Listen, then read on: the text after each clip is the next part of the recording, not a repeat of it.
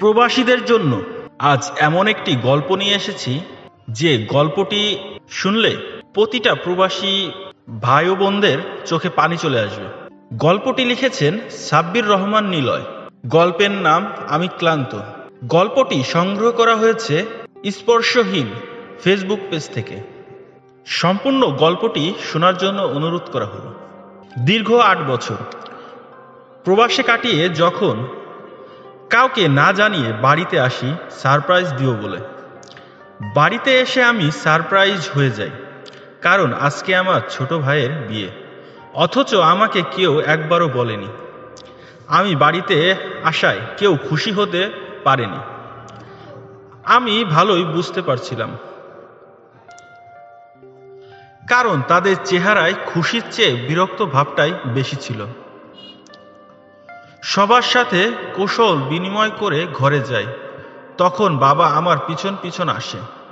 কিরে নিলয়, হঠাৎ বাড়িতে চলে আসলি? যে কোনো সমস্যা হয়েছে নাকি তোর? না বাবা, সমস্যা হয়নি, তোমাদের দেখতে মন চাইছিল তাই চলে আসলাম। বাবা বলল, ও তা আবার কখন যাবি? বাবার কথা শুনে কিছুটা অবাক হলাম। এইমাত্র বাড়ি আসলাম আর এখন জিজ্ঞেস করছে কখন যাবি? একটা মুচকি হাসি দিয়ে বললাম, কিছুদিন পরেই চলে যাব বাবা। ও, এখন না আসে কিছুদিন পর আসতি? এখনো অনেক লেনাদেনা বাকি আছে আমাদের। বাবার কথা শুনে কিছু বললাম না। তখন মা বলল, কিরে বাবা, চলে আসলি কেন? কোনো সমস্যা হয়েছে? না মা, সমস্যা হয়নি, এমনি আসলাম তোমাদের দেখতে।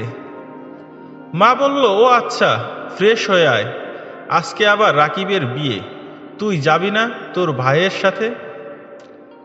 আমি বললাম, না মা, আমি ক্লান্ত তাই যাব না।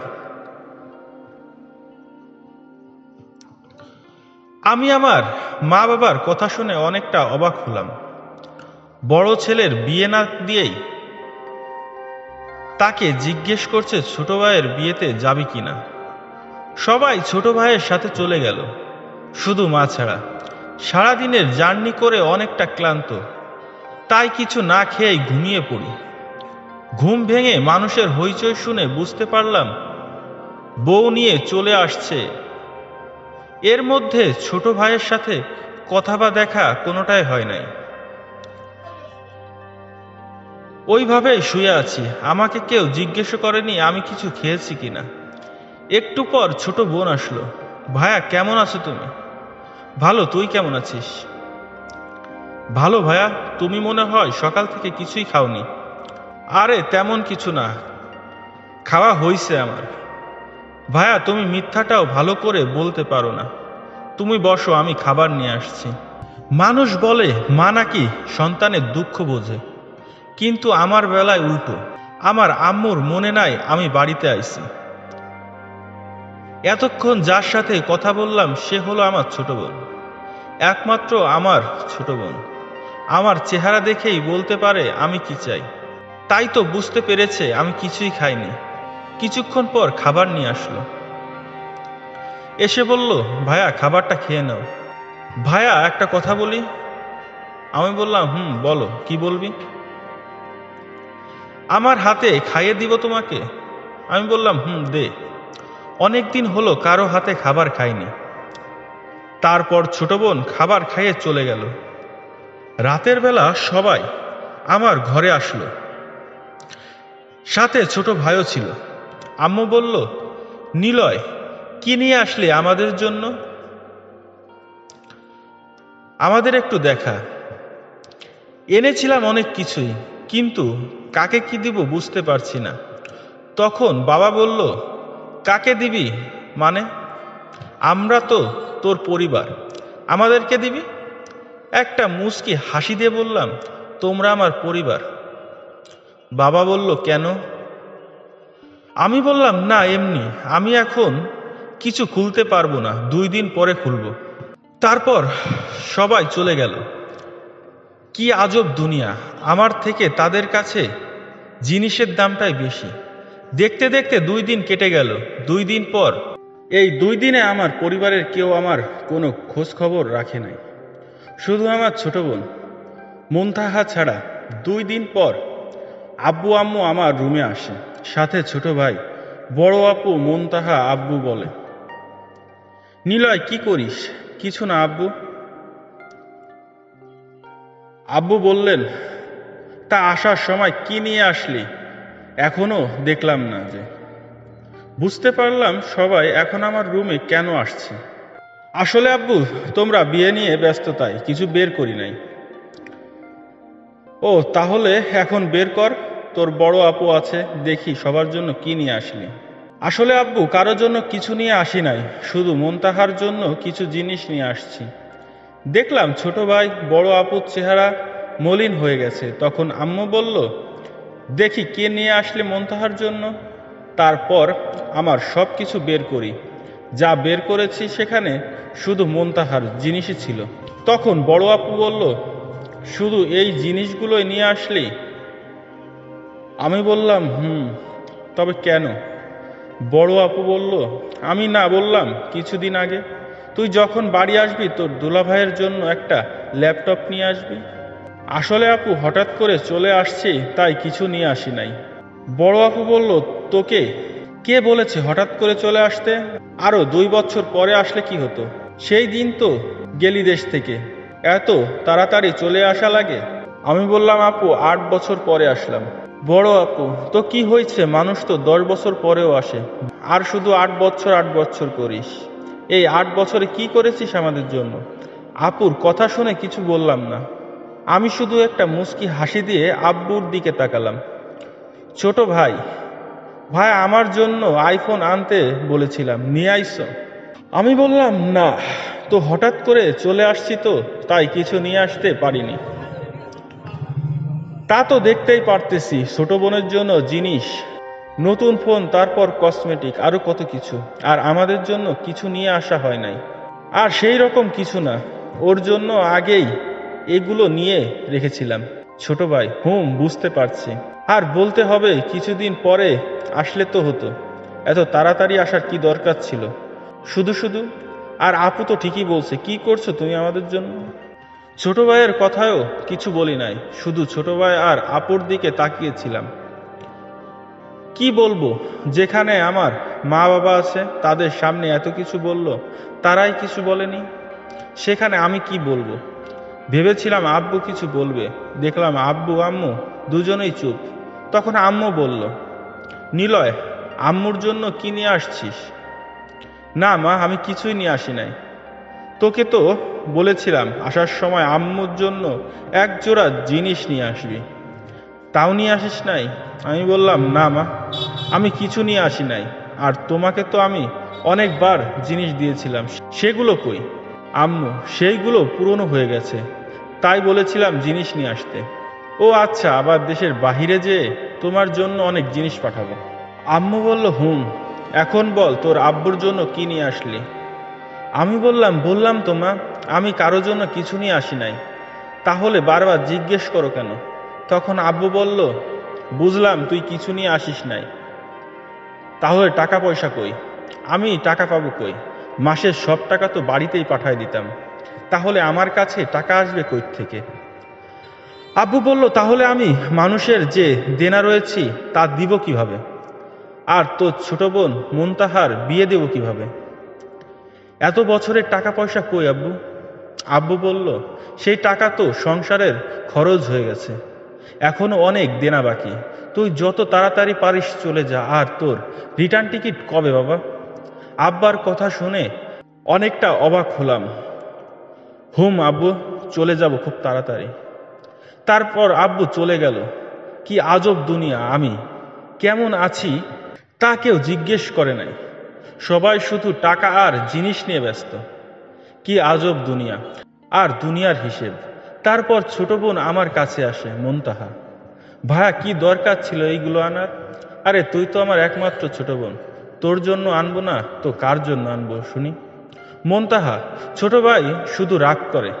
আমি বললাম, আরে এইসব ঠিক হয়ে যাবে, আর তো 15 দিন। মুনতাহা বলল, কেন ভাইয়া, 15 দিন পরে কি হবে? আমি বললাম, কিছু না রে, তুই এখান থেকে যা। দেখতে দেখতে কেটে গেল 15 দিন। এই 15 দিনে আমার পরিবারের কেউ ভালো করে আমার খোঁজ খবর রাখে নাই। শুধুমাত্র ছোট বোন মুনতাহা ছাড়া এক কথায় আমি বাড়িতে যেন আমি আছি সবাই ভুলে গিয়েছে। মুনতাহা সবসময় আমার খবর রাখে।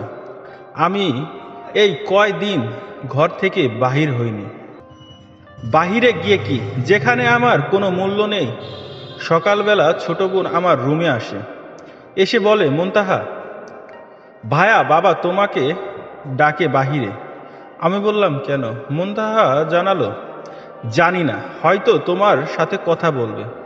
ও আচ্ছা, তুই যা, আমি আসতেছি। ছোট বোন চলে গেল, আমিও বাহিরে আসলাম। দেখি সবাই বসে আছে। তখন বাবা বলল, নিলয়, কি খবর তোর? বাবার কথা শুনে অনেকটা অবাক হলাম, কারণ এই কয়দিনে একবারও দেখা করে নাই, আর এখন জিজ্ঞেস করছে কি খবর। একটা মুচকি হাসি দিয়ে বললাম, এই তো ভালো বাবা। আব্বু বলল, আচ্ছা শুনো, তোকে যেই জন্য ডাকা, বুঝতে পারলাম প্রয়োজন পড়েছে, তাই এতদিন পরে মনে পড়েছে। বললাম, জি বলেন।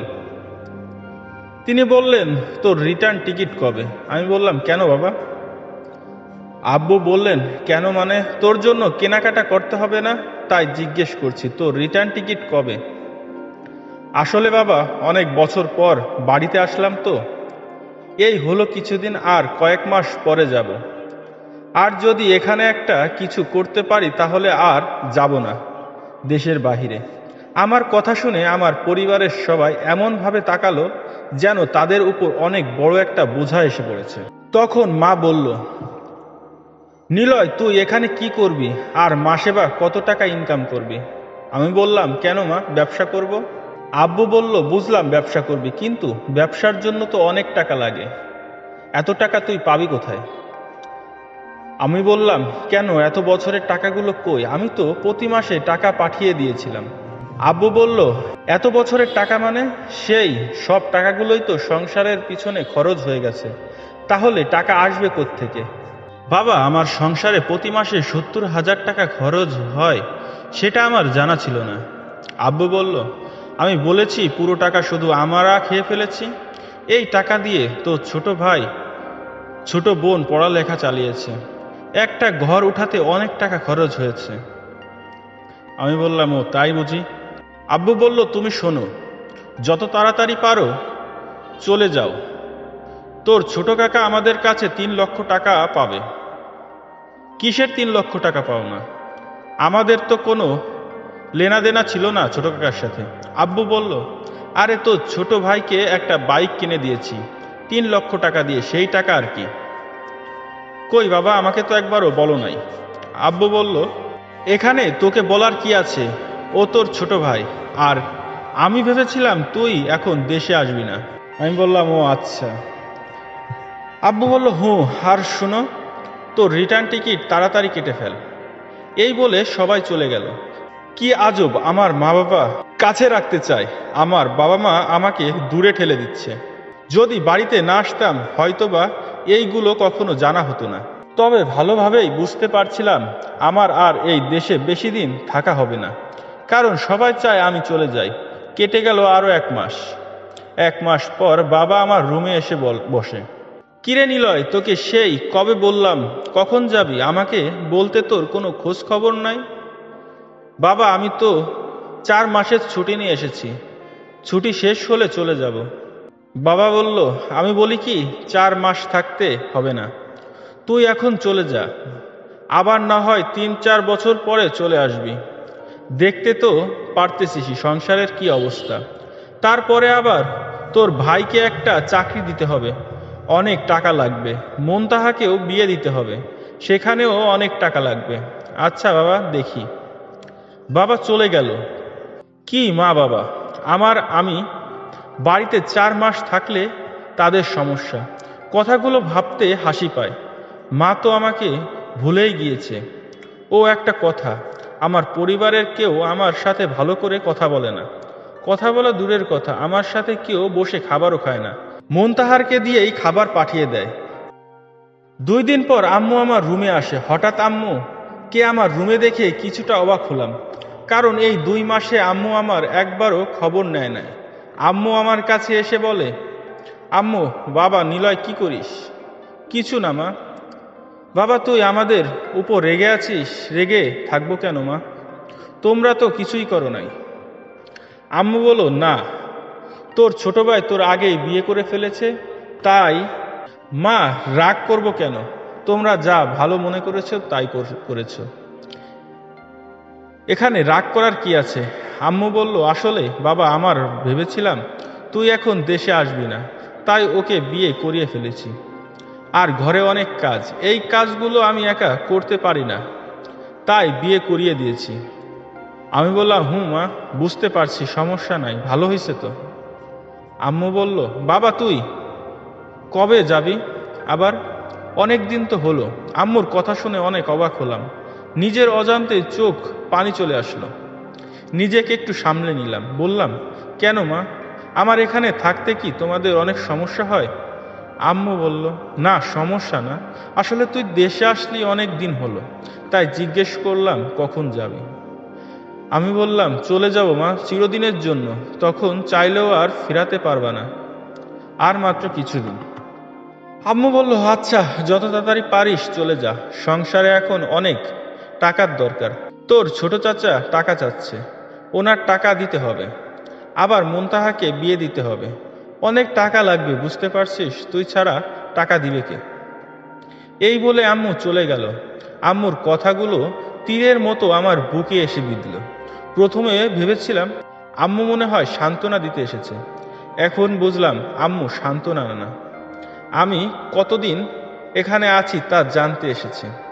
ভেবেছিলাম সবাই যদি একরকম হয়, মা হয়তো আমাকে আগলে রাখবে, কিন্তু আমি ভুল ছিলাম, কারণ সবাই টাকার পাগল। টাকা দিতে পারলে সবাই আপন হয়ে থাকে, যখন টাকা থাকে না তখন নিজের মা বাবা ভাই বোন সবাই পর হয়ে যায়। সবাই শুধু নিজের স্বার্থ খুঁজে, স্বার্থ ছাড়া দুনিয়া অচল। রাতের খাবার খেয়ে বসে আছি, তখন বড় আপু, আব্বু, আম্মু আমার রুমে আসে। আব্বুর চেহারায় অনেকটা বিরক্ত ভাব, বুঝতে পারছি হয়তো কিছু বলতে চায়। তখন বড় আপু বলল, নিলয়, তুই কি বিয়ে করবি? আমি বললাম, না আপু, বিয়ে করব না। হঠাৎ এ কথা কেন? বড় আপু বলল, না, অনেক দিন তো হলো দেশে আসলি, তাই জিজ্ঞেস করছি বিয়ে করবি নাকি। আমি বললাম, না আপু, বিয়ে করব না। আবার বড় আপু জবাব দিল, তাহলে একটা কাজ কর, তুই কিছুদিনের মধ্যে চলে যা, বাড়িতে থেকে কি করবি, অনেক দিন তো হলো। এর মাঝে আবার আব্বু বলে উঠল, নিলয়, তোর আপু কিন্তু ঠিকই বলেছে, যদি বিয়ে না করিস তাহলে এখানে থেকে কি করবি? ও, তোমরা তাহলে এই জন্য আমার কাছে এসেছো? বড় আপু, তাড়াতাড়ি চলে যাব, যা, অনেক দিন তো হলো। আমি বললাম, আপু, চলে যাব আর কয়েকটা দিন পর। তারপর সবাই চলে গেল। আমার থেকে কেউ জিজ্ঞেসও করে নাই আমি কেমন আছি, আমি কি চাই। সবাই শুধু আমি কি কবে যাব তা নিয়েই ব্যস্ত। 5 দিন পর ছোট বোন যখন আমার খাবার নিয়ে আসে, এসে দেখে আমার নাক মুখ দিয়ে রক্ত পড়ছে। রক্তের পরিমাণ এতটা, সারা ঘরে রক্ত ছড়িয়ে আছে। এইটা দেখে ছোট বোন এক চিৎকার দিয়ে বেহুশ। ছোট বোন এর চিৎকার শুনে সবাই চলে এলো। মাও এক চিৎকার দিয়ে বেহুশ হয়, কারণ নিলয়ের দেহটা একদম সাদা হয়ে গিয়েছে, সারা বিছানায় রক্ত লেগে আছে। ছোট ভাই দেখে নিলয় নিঃশ্বাস নিচ্ছে না, হয়তোবা অনেক আগেই মারা গেছে। নিলয়ের ছোট ভাই যখন নিলয়ের কাছে যায়, দেখে তার মাথার পাশে একটা চিরকুট। এইটা দেখে ছোট ভাই এইবার পড়তে শুরু করলো। তাতে লেখা আছে, প্রিয় মা, কেমন আছো তুমি? আশা করি ভালো আছো। এই চিঠিটা যখন লিখতেছি তখন আমি ভালো নেই। কি ভাবতেছো, আত্মহত্যা করেছি? না মা, তুমি সেই রকম ছেলে জন্মই দাও নাই যে আত্মহত্যা করবে। আমার ব্রেন ক্যান্সার ছিল। আজ থেকে 4 মাস আগে মেডিকেল চেক আপ করতে গিয়ে জানতে পারি, ডাক্তার বলেছিল আমি আর 4 মাস এই দুনিয়াতে থাকব। কথা শুনে প্রচুর কষ্ট হয়। কত স্বপ্ন ছিল আমার পরিবারের সাথে আমি সুখে শান্তিতে বসবাস করব, কিন্তু তা আর হলো না। তাই তোমাদের না জানিয়ে চলে আসি তাড়াতাড়ি। যে এই বাকি 4 মাসটা তোমাদের সাথেই কাটাবো। ভেবেছিলাম জীবনের শেষ 4 মাসটা আমার পরিবারের সাথে হাসি মুখে কাটিয়ে দিব, কিন্তু বিশ্বাস করো মা, আমি যদি জানতাম আমি দেশে আসলে তোমরা এত অখুশি হবা, কোনোদিন দেশে আসতাম না। যদি জানতাম আমি আমার আপনজন মানুষদের কাছ থেকে এত অবহেলা পাবে, আমি কখনো দেশে আসতাম না। তুমি তো আমার গর্ভে ধারণ করেছো মা, তাহলে কেন আমাকে তুমি অবহেলা করলে? মানুষ বলে মা নাকি তার সন্তানের মুখ দেখে সব কিছু বুঝে ফেলে। কই মা, তুমি তো আমাকে বুঝতে পারলে না। একটা দিনও আমার সাথে মন খুলে কথা বললে না, আমাকে জিজ্ঞেস করলে না আমি কেমন আছি। জানো মা, তোমার হাতে খাবার খাওয়ার অনেক ইচ্ছে ছিল, কিন্তু তোমার এই 3 মাসে একদিনও আমার সাথে বসে খাবার খাওনি। কতদিন হলো তোমাদের সাথে বসে খাবার খাই না। তোমরা আমার খাবার ঘরে দিয়ে আসতে, আমাকে একবারও বললে না বাবা আয় আজকে আমাদের সাথে বসে খাবার খাবি। জানো মা, বাবা আমাকে মাসের শেষ দিকে কল দিত, দিয়ে শুধু বলতো নিলয় এই মাসে টাকাটা পাঠিয়ে দিস, সংসারে অনেক টাকার প্রয়োজন। অথচ বাবা আমাকে জিজ্ঞেস করতো না নিলয় তুই কেমন আছিস। আসলে মা, তোমরা আমাকে ভুলে গিয়েছো। তোমার মনে আছে মা, আজ থেকে 10 বছর আগে বাবার একটি পা এবং একটি হাত অচল হয়ে পড়ে।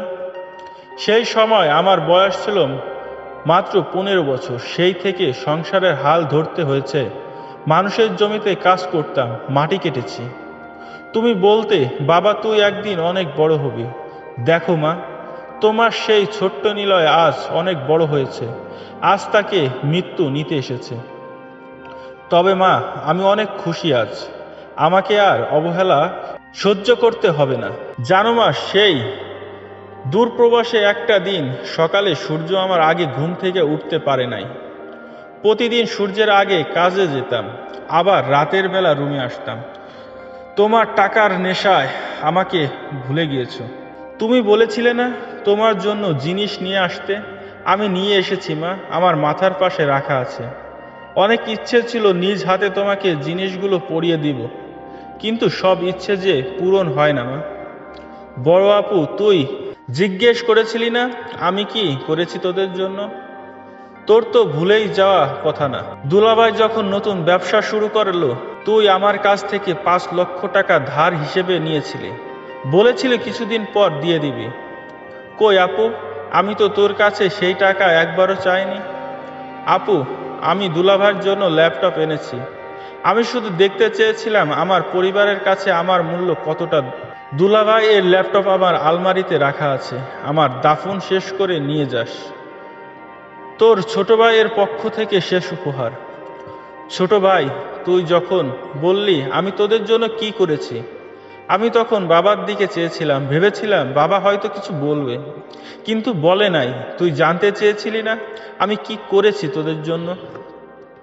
তবে শোন, তোর বয়সে আমি মাটি কেটেছি, মানুষের জমিতে কাজ করেছি, শুধু তোদের মুখে ভাত তুলে দিতে প্রবাসে একটা ভালো কাপড় পরিনি।